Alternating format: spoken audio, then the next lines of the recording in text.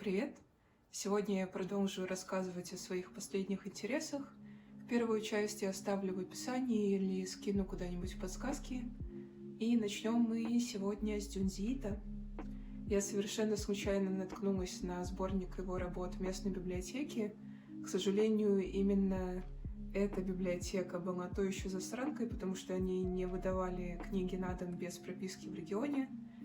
До нее я добиралась больше часа, поэтому я из принципа села и прочитала сборник в 400 с лишним страниц за один присест. И мне очень понравилось.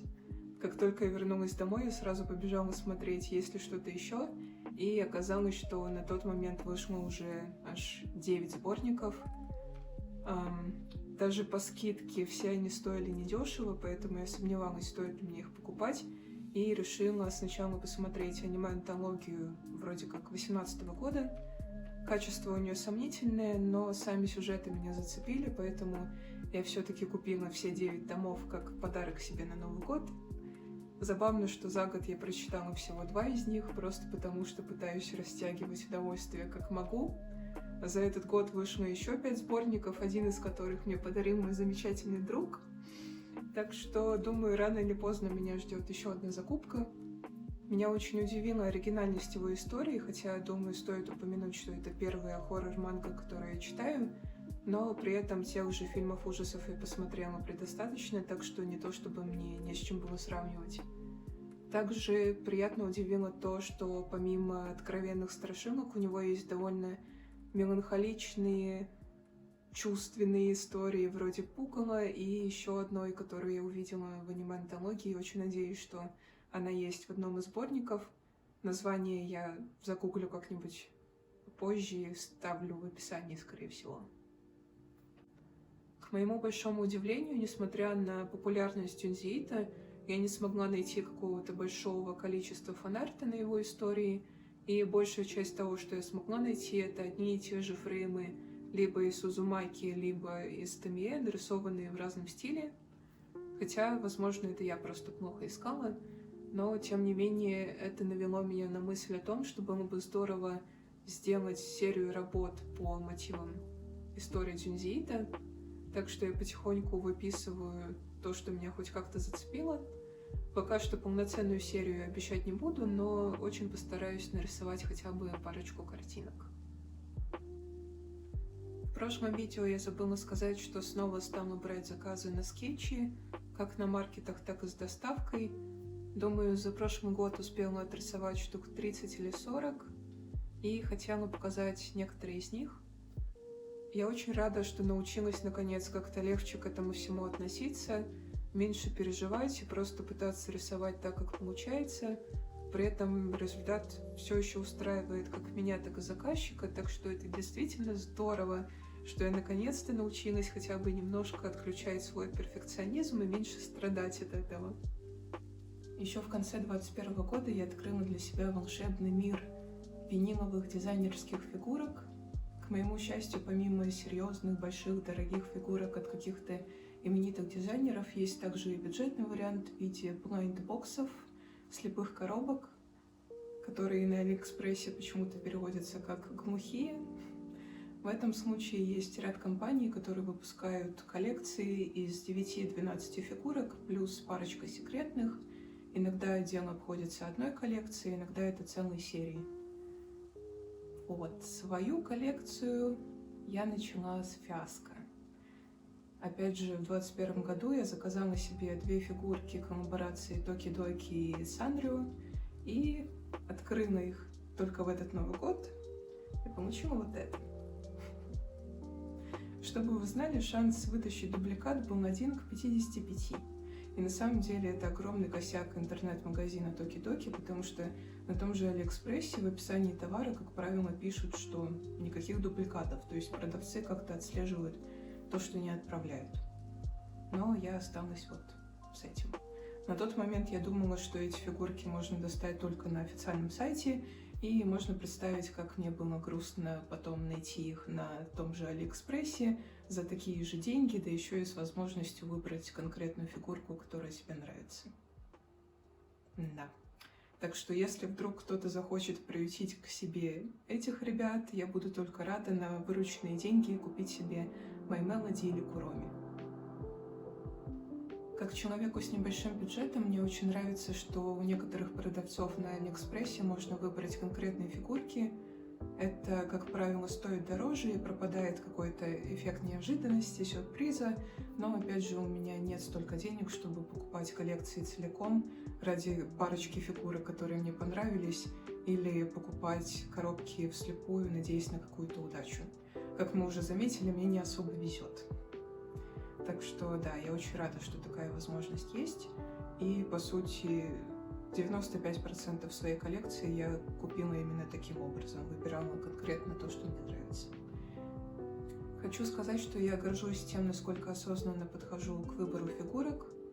Опять же, у меня не так уж много денег, чтобы скупать все, что мне хоть немножко нравится, поэтому обычно схема у меня такая.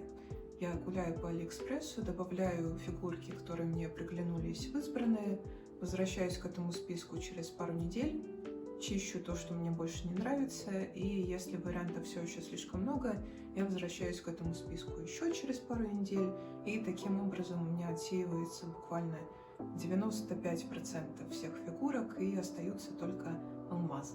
То, что я, собственно, и беру себе в коллекцию. Таким образом, где-то за 1,5 года я купила всего 15 фигурок или около того. Возможно, это все еще звучит как много, но я рада той коллекции, которую сейчас имею. За исключением, конечно, вот этого. Пожалуйста, купите их кто-нибудь, чтобы я могла взять себе My Melody. В прошлом видео я говорила, что хотела попробовать сделать подвески, и я их сделала. Одна из них сейчас на мне. Пока что я сделала только 4 штучки, чисто на пробу, но если людям понравится, без проблем сделаю еще. Вопрос с ценником, конечно, довольно щепетильный, в том плане, что задешево продавать бы не хотелось, а задорого могут просто не взять. Тем не менее, я решила поставить тот ценник, который сама считаю приемлемым, потому что мне все-таки кажется, что хорошая подвеска или какой-нибудь шопер могут поднять до небес даже самый простой лук из каких-то футболки и джинсов, так что, мне кажется, оно того стоит.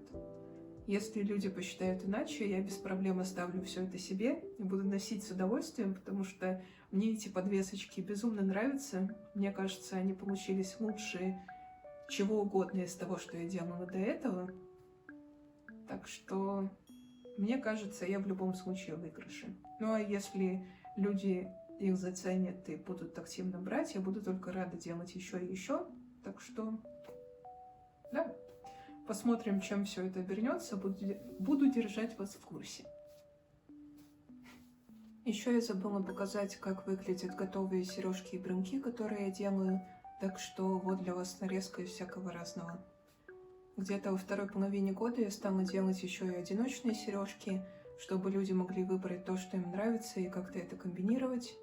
И идея оказалась очень даже неплохая, потому что первую партию разобрали довольно быстро, и на самом деле я сама очень люблю их носить.